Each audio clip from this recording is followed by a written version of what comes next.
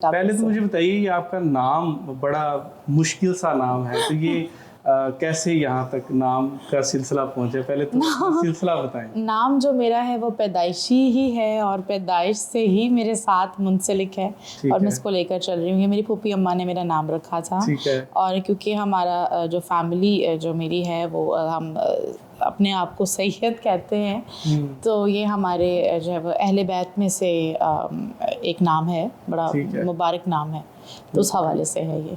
अच्छा, पहले हम बात उसी से करते हैं जो आपकी वजह शोहरत बना बातों बातों में। कोई बाकी अहमदपुरी साहब का खूबसूरत कलाम है, तो मुझे बताइए कि ये आप तक कैसे ये ऑफ़र पहुंची और आपने इसको कैसे टेकअप किया? ये ऑफ़र जो है वो मुझ तक पहुंची थी जो इस प्रोजेक्ट के म्यूज़िक डायरेक्टर हैं और कंपोज़र हैं, हसन बादशाह उनका नाम है।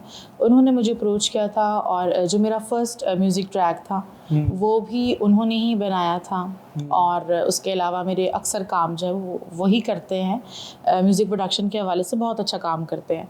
तो इस तरह से था कि मुझसे पहले तकरीबन 5 लड़कियां जो थीं वो ये गा चुकी थी।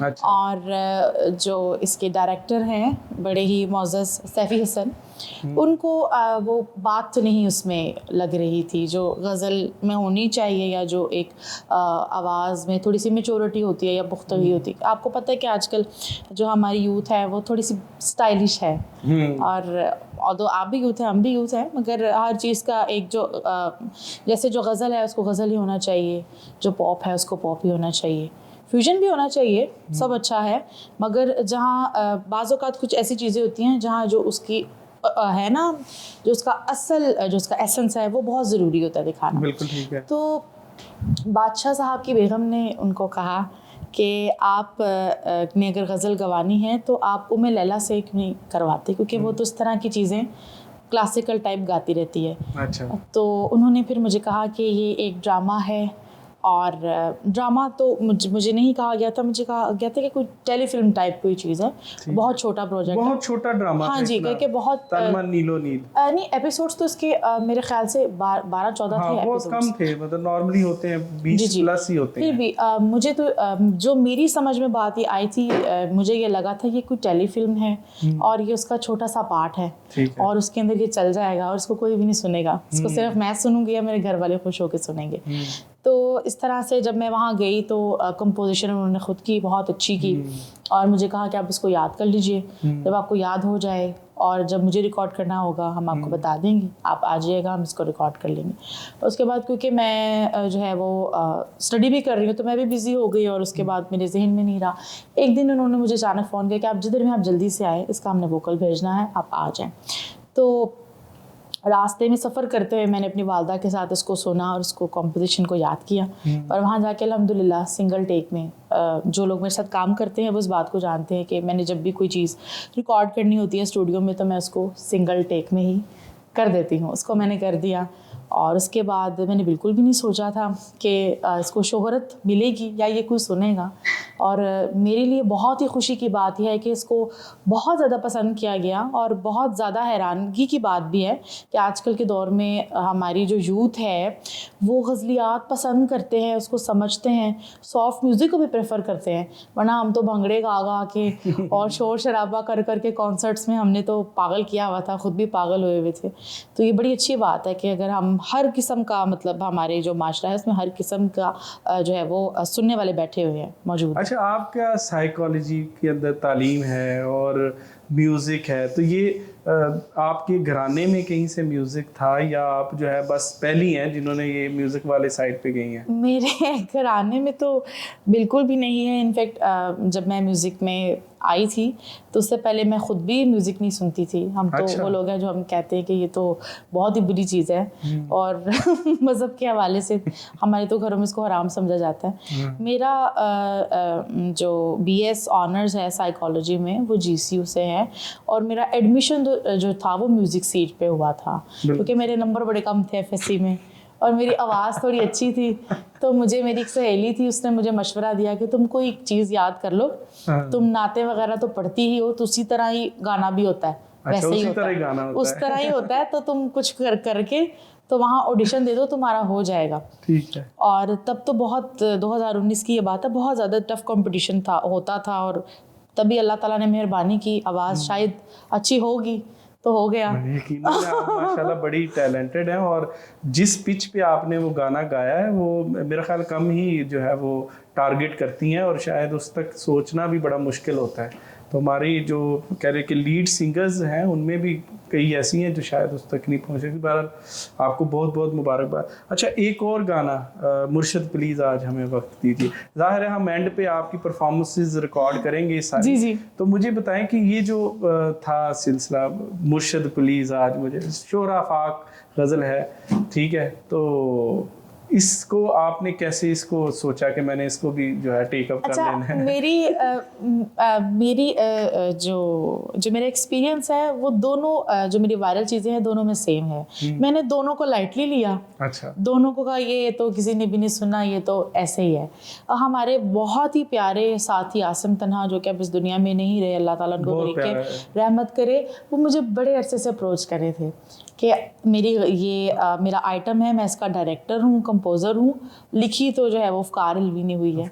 तो ये गवाया था पहले वो मलंगी साहब से, तो कहा कि इसका फ़ीमेल वर्जन हमने करना है, सेम स्केल पे सेम टेम्पो पे, ये आपने गाना है। मैंने कहा ये क्या लफ्ज़ है, प्लीज़ आज मुझे वक्त दीजिए, मैं जीसी में पढ़ती हूँ, म्यूज़िक सोसाइटी की प्रेसिडेंट हूँ, मुझे तो बच्चे मेरा मजाक बनाएंगे। मैंने कहा मैंने ये प्लीज़ प्लूज़ कोई नहीं कहना। तो बड़ी देर से मुझे कहते रहे गा दें गा दें गा दें। फिर मेरी मामा ने मुझे कहा, मेरी मामा मुझे बहुत सपोर्ट करती हैं, उन्होंने कहा कि आप कर दो, चलो जाके देखते हैं क्या होता है। तो किट्टू अली का है स्टूडियो, वाजिद अली ताफू साहब का, वहाँ इसको रिकॉर्ड किया गया था, वहाँ मैं गई। उसके बाद मैं फिर वहाँ जाके मैं फिर माइक पे खड़े होकर मैंने कहा ये प्लीज़ मैंने नहीं कहना, सारा क्या मैंने कहा ये प्लीज़ का कुछ करें, ये तो मैं नहीं कह सकती, मैं पढ़ी लिखी हूँ, मुझे लोग क्या मेरा मजाक बनाएंगे, गाले गादे कुछ नहीं होता। हाँ। तो उन्होंने BTS के तौर पे एक वीडियो वैसे ही बना के, मैं काला दुपट्टा लेके माइक पे खड़ी हूँ सिंपल, और मैं उसको रिकॉर्ड कर रही हूँ, वो फेसबुक पे डाली। वो मैं जाके घर सो गई, सुबह उठी तो 1 मिलियन अभी यूट्यूब पे नहीं आया था। उसके बाद आया तो अगले दिन मैं उठी तो सारे अखबारों में ये है वो है। मेरा भाई जा रहा है, मेरे पापा जा रहे हैं, वो अखबारों में कॉपियाँ लेके आ रहे हैं। आपने कहा मेरे पास वक्त नहीं है, ये तो मैंने कहा ये मेरे साथ क्या हो गया, मुझे तो मुर्शिद ने वक्त दिया तो मैं तो इतना खुश। उसके बाद सारे मुझे इंटरव्यूज होने मेरे शुरू हो गए। जो प्रेस मीडिया में जो खबरें छपी उन्होंने तो मुझे इतना खुश कर दिया कि मुझे तो समझ ही नहीं आया कि मैं करूं क्या। मैंने वो अभी भी कॉपी सारी रखी हैं अपनी फोटोओं के साथ फोटोओं के साथ काट के। फिर चैनल्स ने मुझे अप्रोच करना शुरू कर दिया। चैनल से तो मैं पहले भी इंटरव्यूज में बड़ी फेवरेट हूँ सबकी, मुझे बुलाते रहते हैं। फिर भी वो मेरे घर पे आना शुरू हो गए कि ये आपने उसके लिए गाया है, ये अपने इसके लिए गाया है। मैं कहा मैंने तो अपने मुर्शद के लिए गाया है, जो आपका मुर्शद है आप उसके लिए सुन लें, मैंने तो अपने मुर्शद के लिए गाया, जो आपको लगता है उसको ज़हन में रख के सुन लें। तो ये कैसा, ये जो चेंज ओवर हुआ कि पहले इंटरव्यू ले रहे हैं और अब इंटरव्यू दे रहे हैं, तो ये कैसा एक्सपीरियंस था? इंटरव्यू तो देखिए होते ही रहते थे, मगर पहले था कि कोई चीज़ उस तरह से नहीं थी। मतलब मैं शुक्र अल्लाह का, मैं अपनी चीज़ें मैंने कभी कवर नहीं किया। अभी आपका स्टूडियो का जो नाम है वो अंदाज़े नजम है, एक सिर्फ मैंने जिंदगी में कवर किया, उनके अंदाज़े करम, उन पे वो आना दिल। इसके अलावा मैंने कवर नहीं किया कोई। क्योंकि कवर हम कहते हैं कवर कर दो पर कवर ना करो कभी। तो वो मैंने कवर किया था, वो भी हसन बादशाह ने बनाया था, और उसको थोड़ा सा पहचान उसके अंदर छुप जाती है। हाँ जी, मर्जी आप उसके अंदर एनर्जी पुट कर लें। वो भी मैंने इसलिए कवर किया क्योंकि वो मुझे शायरी से, उस कलाम से मुझे इतना लगाव है कि मेरे बस में नहीं था, मुझे करना पड़ा। लेकिन आपको अमूमन ये रियाज वगैरह जो आप करते हैं, जो उसके ऊपर मेहनत करते हैं, तो उसके अंदर आपको ये चीज़ें तो ज़रूरत पड़ती रहती है ना इन चीज़ों की। हाँ जी, देखिए कवर्स गाएं ताकि आप उसके ऊपर प्रैक्टिस हो, यूज्ड टू हो। देखिए आपने जहाँ आपने अपनी पहचान बनानी है ना सोशल मीडिया पे, वहाँ तो आपको ओरिजिनल कंटेंट देना पड़ेगा, आपको वर्सेटिलिटी इंट्रोड्यूस करवानी पड़ेगी, आपको नई चीज़ें लानी पड़ेंगी। मगर जहाँ आप स्टेज पर जाएंगे ना पब्लिक में, वहाँ आपको हिट गाने ही गाने पड़ेंगे। वहाँ आपका अपना सोलो कोई नहीं सुनेगा, वहाँ आपको कहेंगे हमें अबरारुल हक सुनाओ।